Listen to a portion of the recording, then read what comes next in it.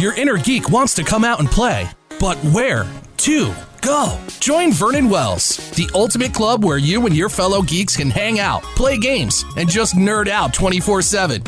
Whether you love RPGs, video games, or are just a major fan of sci-fi and geek culture, Vernon Wells has something for everyone. Let your geek flag fly at Vernon Wells. Sign up today and see for yourself. VNW.club. That's VNW.club. Ladies, gentlemen, geeks of all ages, you are now entering BJ Shea's Geek Nation.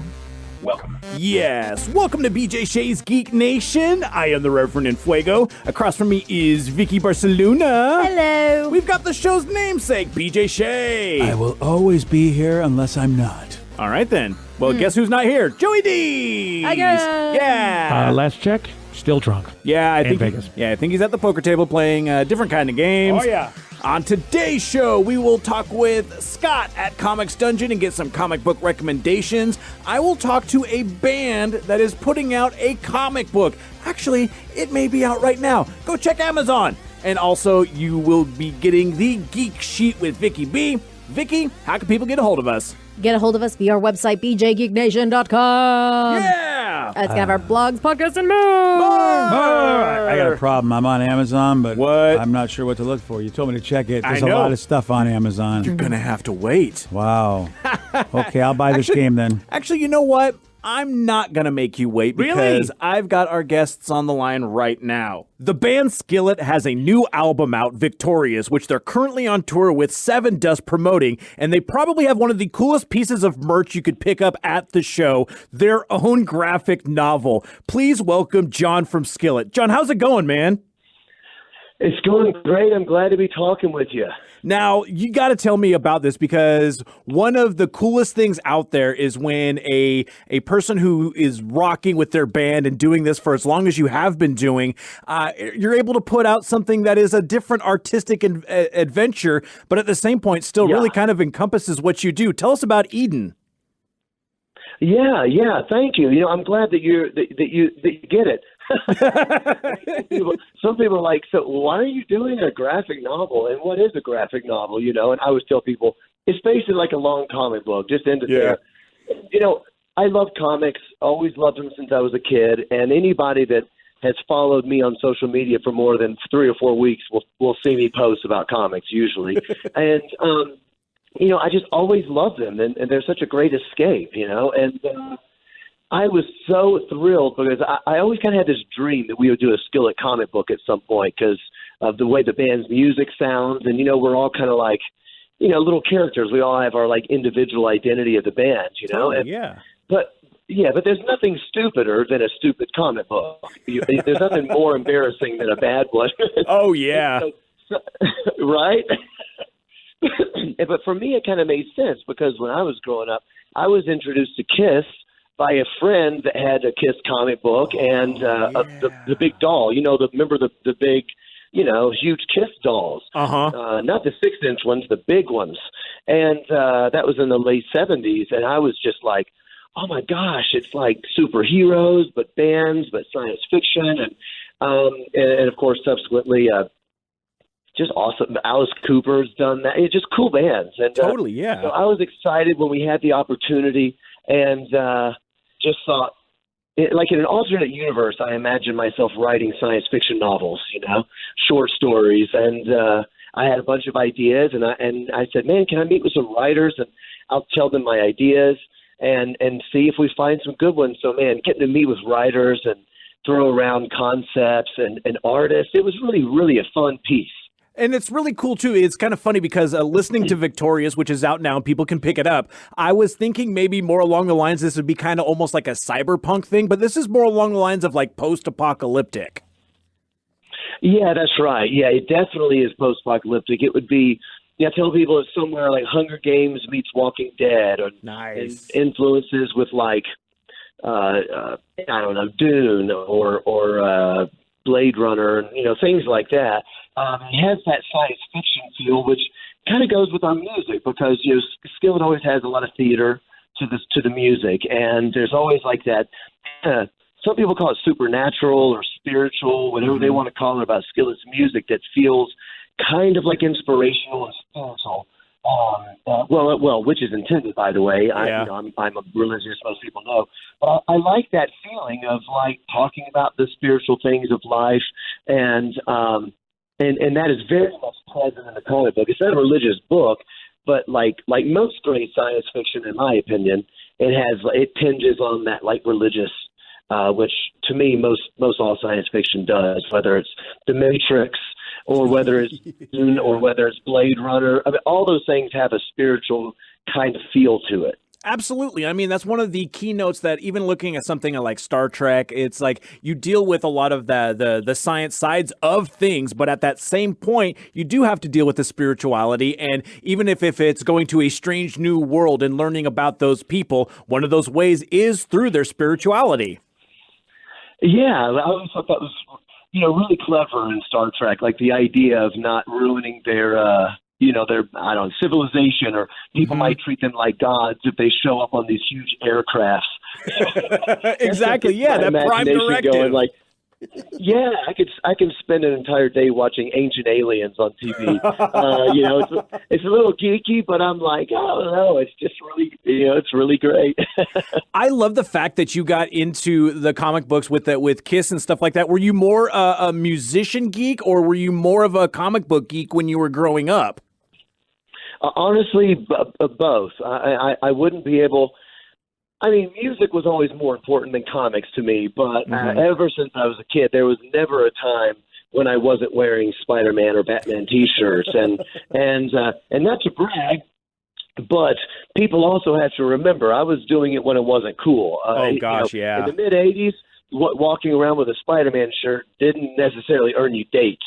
Okay, you had to it kind of cost you something to admit you like comics, and I was like, man, how can somebody not like Star Wars and not like Spider-Man? It's just such a great escape, and it's good versus evil, and so I always just liked it for those reasons. And right now, it's as of right now, you can get Eden, a Skillet graphic novel, out there right now. And I know people can find it at skillet.com or at Skillet Music on Twitter. It's got to be fun to be able to see yourself in an animated form. And it's not only you, but it's the entire band.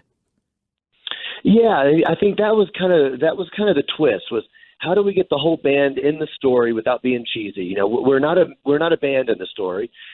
Is there a way that we can, meet each other and have a little bit of what feels like Skillet actually be represented in the book, which was a little tricky to do, but honestly, the writers, I have to give them the credit for it. They really manipulated it in a way that, to me, reading the book just kind of reminds me of the band. It has that same kind of feeling, a lot of action, but a lot of emotion to it that I was kind of quite glad about it, because our music is very emotional. And I thought, how are they going to make it work like that? So I just gave them the themes and the original concept and maybe how it could kind of end. And then they really filled in the details in a really brilliant way.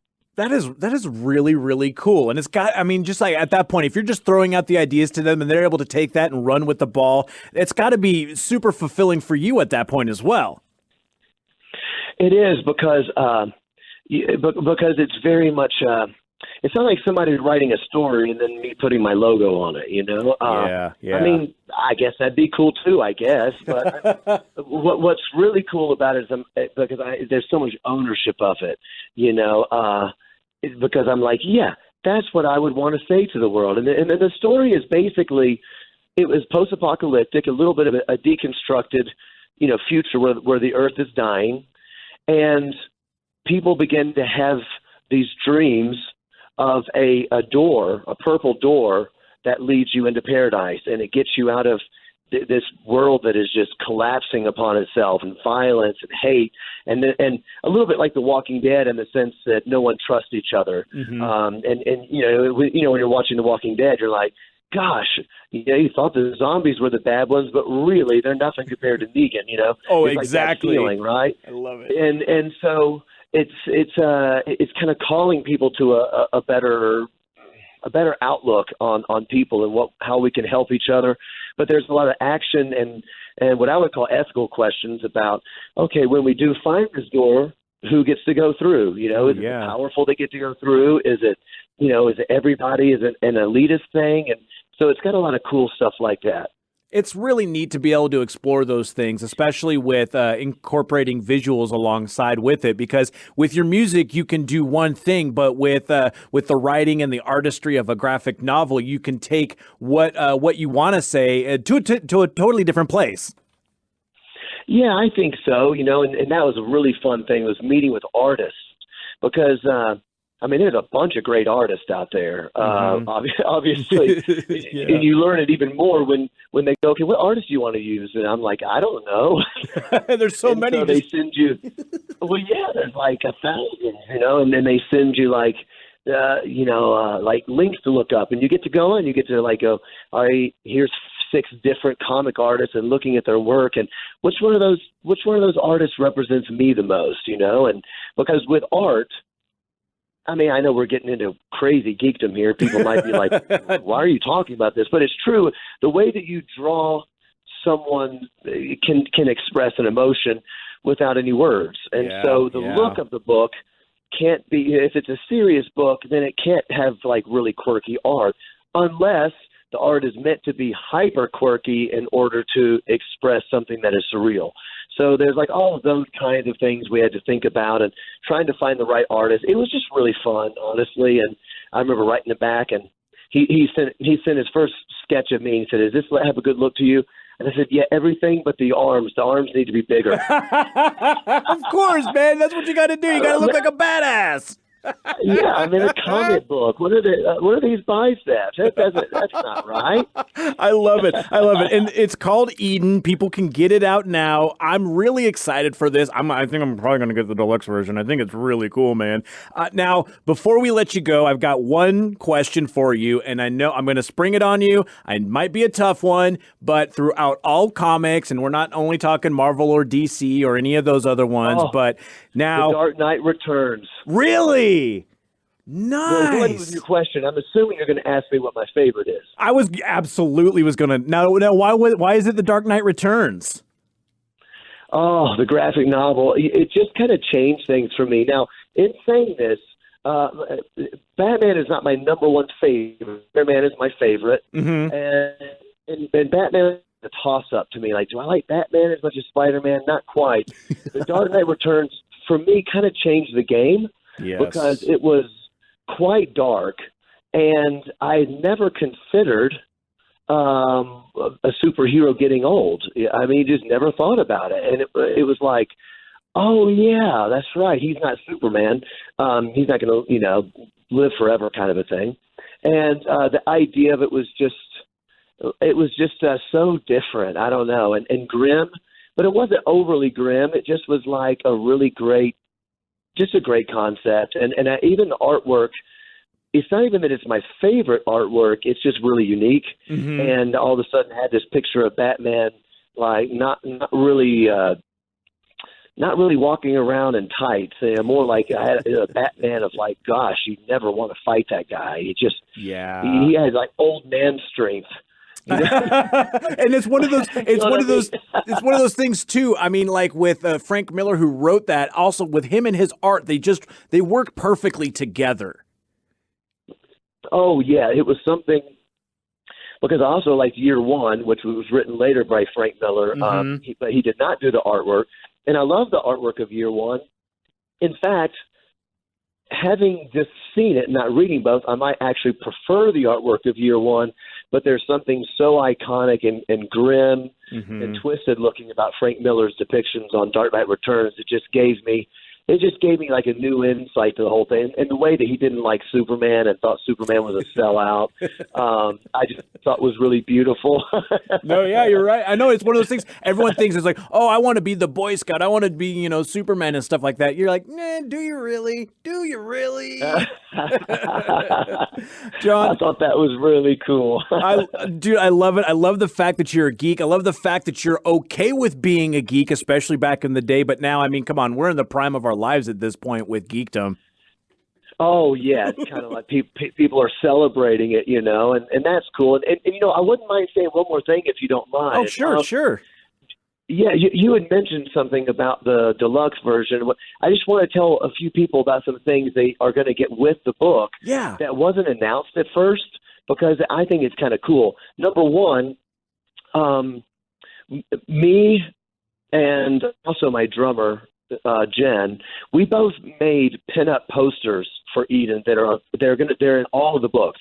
So every book that's printed will have at the very end, it's almost like a piece of art that I drew for Eden that in my mind kind of represents it, that's very different from the rest of the book. In fact, I just posted the picture that I drew on my Instagram page, if anybody wants to see that.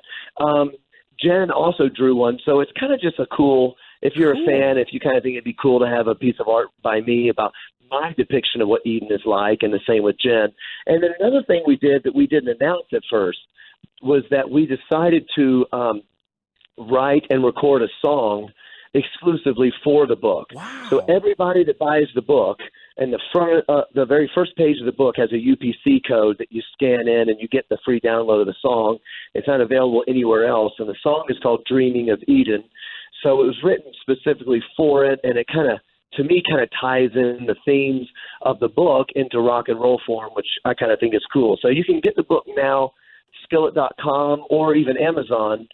And then in about 5 days, it'll be available everywhere, hopefully, Barnes & Noble and Books A Million and all that. That is awesome. That's super cool. And that's one of those things that you can listen to that. You can get a feel for what you're about to get into, and then you get ready for the amazing trip. Yeah, baby, that's what I'm talking about. I love it. John from Skillet, thank you so much. Again, Eden, it's out. You can get it, and make sure you pick it up because there's so much more with it. Dude, John, thank you so much for spending some time with us.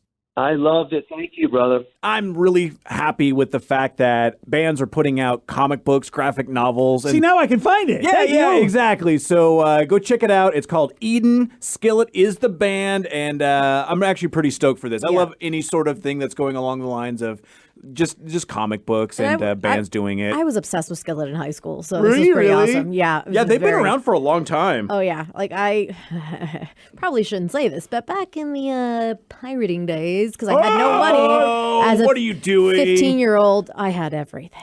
I would have paid if I had you the money probably at shouldn't 15. say it. So now you have to go give charity monies. Yep, that's true. That's true. Here's an interesting little tidbit of information that I wanted to share. Do you remember that show that Lauren Cohen left The Walking Dead for?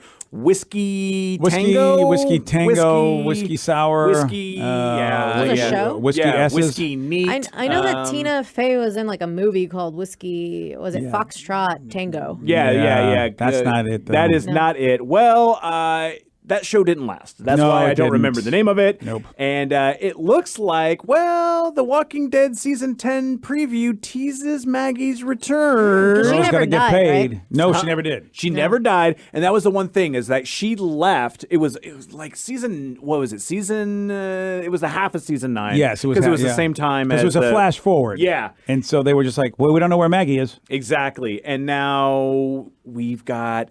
Maybe she's coming back because she left with her baby Herschel to live with the mysterious character named Georgie, who basically brought all the technology, the books, and all that stuff to make sure that. So that's where they said she went. Yes. I did not catch that, so I'm glad that you brought that up. So that's because we were introduced to them in the before Negan basically had the finale where they caught him and beat him and all that. Oh, so that's where she is. Yep. Actor Lauren Cohen has previously expressed interest in returning to The Walking Dead to reprise her role. Also, she expressed interest in making some money. Yeah, exactly. I mean, I'm still way behind on Supernatural, but I like season 5, and let's just say things didn't go too well for her. She was on Supernatural? She was a reoccurring character for a while. I mean, she might come back. I don't know. But last I saw, the Hell Dogs got her. Oh, I didn't know that. Yep. She was British. Her shared interest, or her interest in coming back, was shared with Angela Kang, who is the new showrunner for The Walking Dead. We have another new. She was the same one as the last season. Oh yeah, Angela's done. Yeah, I love the last season that Angela did. So good for her. Yep. So it looks like we may be getting Maggie back. All right. So I mean, that's cool. I think Maggie's character is awesome. I mean, I was happy that Lauren took a shot because you never know. You know, I mean, Nathan Fillion had such a great run on ABC doing non-sci-fi shows for the longest time. Totally. So so we'll see Maggie back. That's good news. I'm hoping. We'll have to see. Well, I want to see Maggie. I want to have that story resolved in some way, shape, or form, even if it's only for a short time. She comes back because we're gonna lose Michonne. Yeah, we're gonna lose Michonne, and then we've got Negan taking a more I don't want to say like heroic role, but not villain role. He's the only Anti-hero? Yeah. He's the only guy I care about. I have to say, I'm not digging that many of the other characters. Gabriel, I kind of like. Yeah. But there's too many people that I love. That, of course, Daryl. I mean, obviously, I care about Daryl, but Daryl is always it'll be interesting to see how he evolves. As far as they've been great, but they're the quiet loner. And I don't relate to them. I relate more to the loud one? to the lecture makers, which of course the monologuers. Yeah, so Rick was always the monologuers, and Negan, I get too. Yeah, Negan. So I'm excited to see where it goes. I'm on board. Well, since it's comic book day, and as with every Wednesday, I know we just did talk to Skillet about the old comic books, but we still need our comic book recommendations from Scott over at Comics Dungeon. Scott from Comics Dungeon joins us, and you can get more information about, comic books at comicsdungeon.com, and on all social media, you can send them questions to get your own specifically tailored comic book recommendations, or just go to the physical location. You can find all of that at comicsdungeon.com. Scott, you got some comic recommendations for us this week?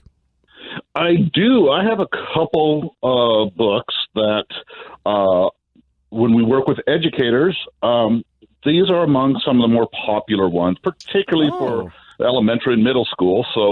But I'll tell you, as an adult, you're going to enjoy them as well. Well, that's good, and we may actually learn something as well. Yeah, I know, right? Let's start with Dogman. Dogman is just has a new volume out. It's called Dogman for Whom the Ball Rolls. I love this. The puns in this book are just hilarious, and the Dogman is actually the top-selling graphic novel in the world, and it's probably one that no one above 12 really knows. Wow. And it literally has 5 of the top 10 positions in the all ages graphic novels on Amazon right now. So now definitely check it out. Is it because it's a more educational one, so it's a highly sought after around the world sort of thing? Well, no, I think it's because it's very entertaining for all ages. Nice. It has a little bit of a moral to it, and all that. This one in particular, the sidekick of Dogman, who is Cat Kid. His dad is a criminal, and he was getting out of jail. So there was actually some of that. Hey, I want you to come back and live with me. And he's like, no, I want to live with Dogman. And so you get a little bit of that relationship stuff in it. But overall, you just get some hilarious, silly comedy.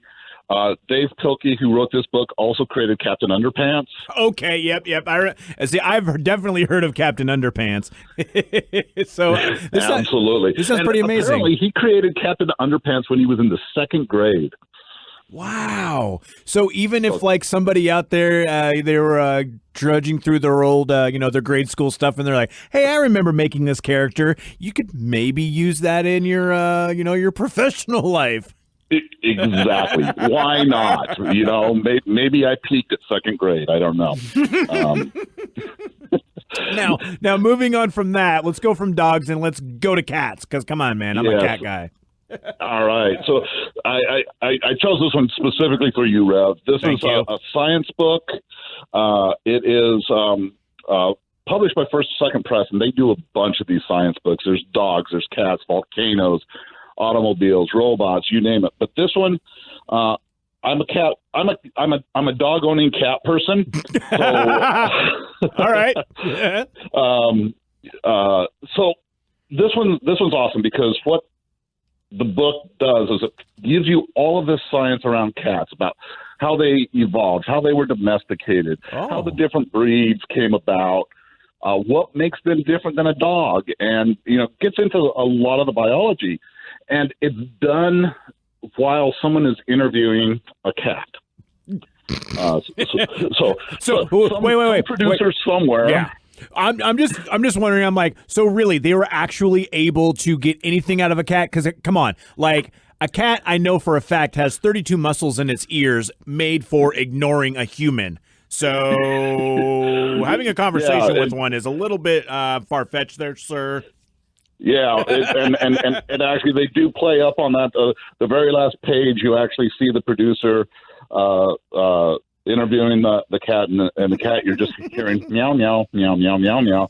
And he's like, whose bright idea was it to interview a cat? But the cat thought it was telling us this great story of how it became who it was. I love it. I love it. I love it. I love it. I love it. I mean, cats and dogs and the fact that they can have some fun, entertaining stories and learn something or have a moral to them, those are fantastic. Scott, thank you so much, man. Again, Scott at Comics Dungeon, c4c3.org for the charitable side of it. And if you want more recommendations, comicsdungeon.com. Thanks, Scott. Thanks, Rob. And now it is time for The Geek Sheet with Vicky B. All right, Vicky, what do you got for us? I actually got a couple of stories, but I need to read you some memes. Of course. Before we get into these stories. Meme queen. This is Nick Fury talking to Peter Parker. Uh-oh. Nick Fury, a tired bitch, trying his best, TM, to train Spider-Man. Okay, let's try this one last time. Collapsing building. Simultaneous villains attack. Multiverse dangers. What do? Peter. Call the Avengers. You are the Avengers! Well, I mean, like we talked about on last Friday, maybe not so much anymore. I'm still holding out hope. I know you're hoping. Hey, well, they say the rumors are they're still negotiating. Of course they are. Because obviously, money. Well, yeah. I mean, there's no way Sony doesn't want some of the money. It's just a matter of It's just like I don't blame them. That like they basically put up all the money. Sony wants all the monies. Well, like they put up the cost to make all the Spider-Man movies, and so like they just basically let Marvel borrow them, and they're like, now we're like, we want 50%. But we know how many people saw the Andrew Garfield Spider-Mans. No, I didn't. No, Yeah. no, I didn't at all. So there's a lot of money that point. can be made, and we know the MCU and also the backlash over Sony. If it is crap at all, if they do it without the MCU, everyone will be on social media going, "F you, Sony, you greedy bastards." They already are. Yeah. So whether or not the so information is real, 50% is a lot. That's why I believe if they get down to 25%, Marvel, MCU 30. being happy with that, they'll probably do it. Yeah. They Thanos snapped Sony. You will give us 50%. My favorite, there was another one, was Rocky Raccoon. It's like, how much for Spider-Man? It's not for sale. And it's like, okay, well, how much for you? How much for your company? How much for your company? We're going to buy that one. All right. Non-meme stuff? No, I got one more. All right, fine. Maybe two. This one's actually pretty awesome for all the ladies listening to Geek Nation. All the single ladies. Okay. If anyone tells you that you can't be badass and also girly, don't forget to tell them that one of the most beloved Norse goddesses, Freya, was the goddess of beauty, sexuality, and fertility, but she was also the goddess of sorcery, war, and death. Whoa. And she did all this while riding a chariot pulled by cats.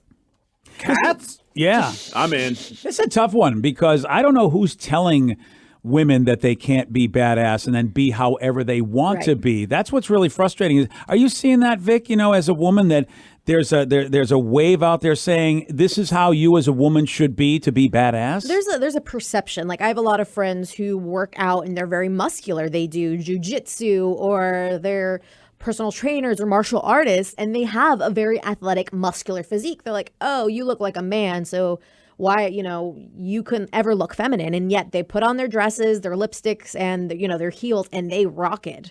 So I feel like there is this weird perception that if you're girly, you can't be tough. And if you're tough, you can't be girly. So it is there. And I think with everyone just kind of being who they are and just kind of embracing it nowadays, I feel like that's eventually going to wash away. It's so funny to me because there's, as far as men go, every man I know has a particular type of woman that he finds attractive. There's someone for everyone kind of attitude.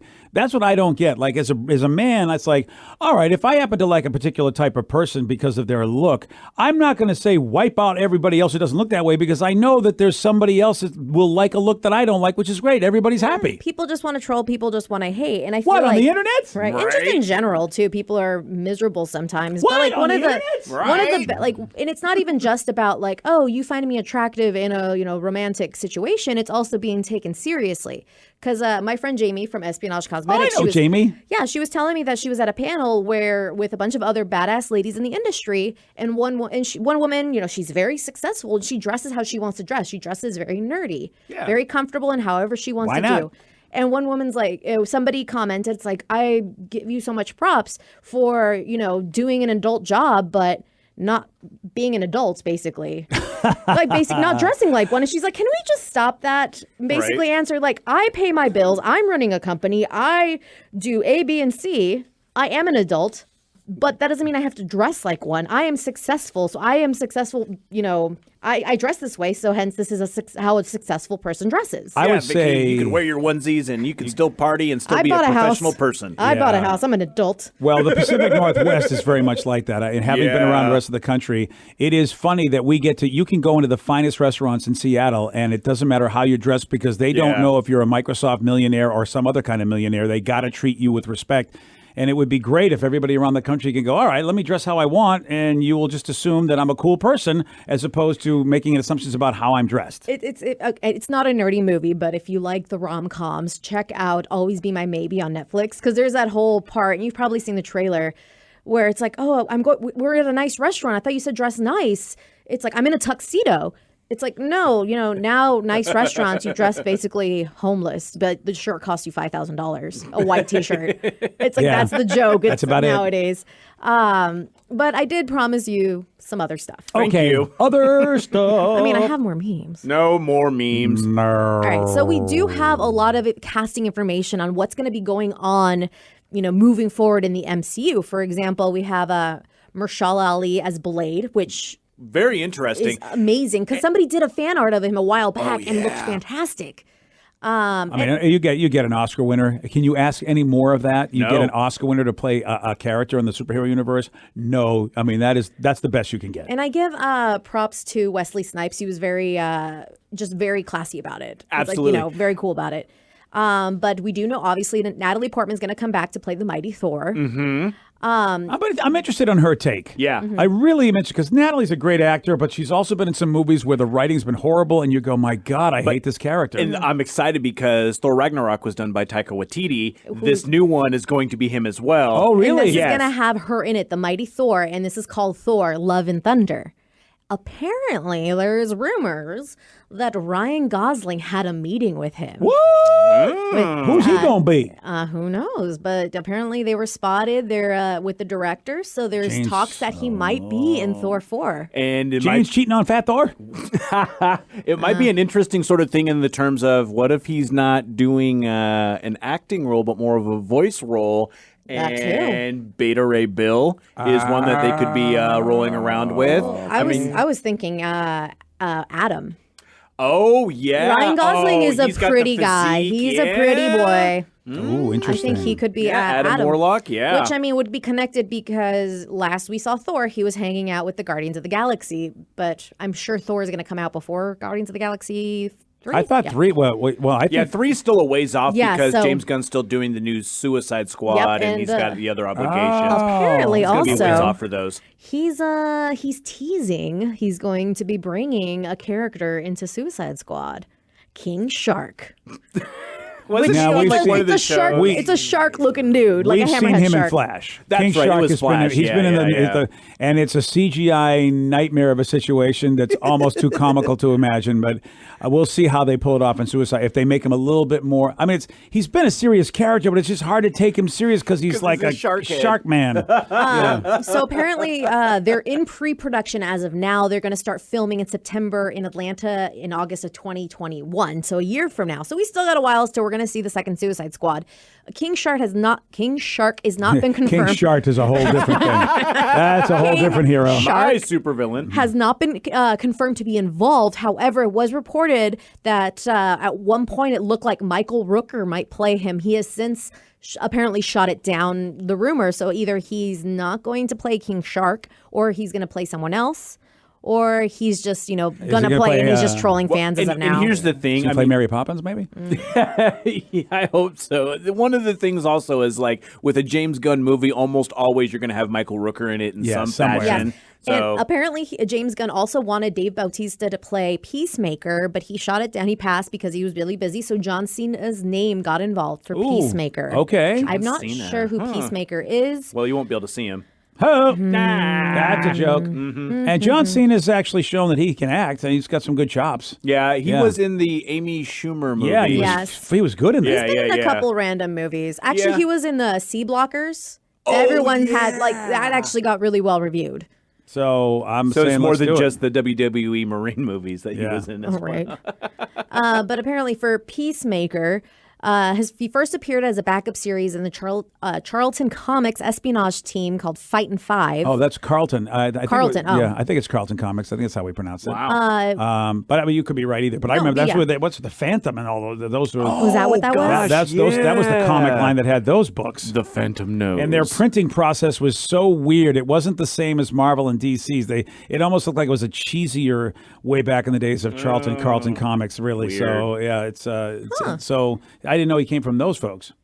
This is very interesting because I was just looking at miscellaneous information on Wikipedia, so take that with a grain of salt.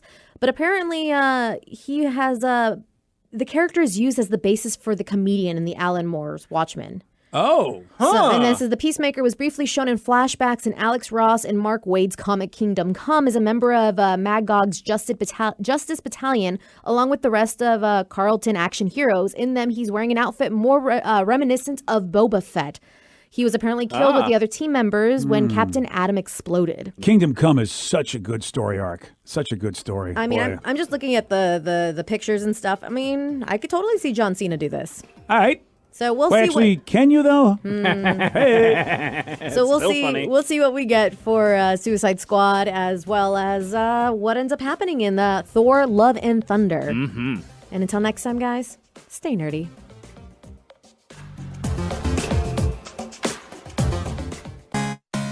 Your inner geek wants to come out and play, but where to go? Join Vernon Wells, the ultimate club where you and your fellow geeks can hang out, play games, and just nerd out 24/7. Whether you love RPGs, video games, or are just a major fan of sci-fi and geek culture, Vernon Wells has something for everyone. Let your geek flag fly at Vernon Wells. Sign up today and see for yourself.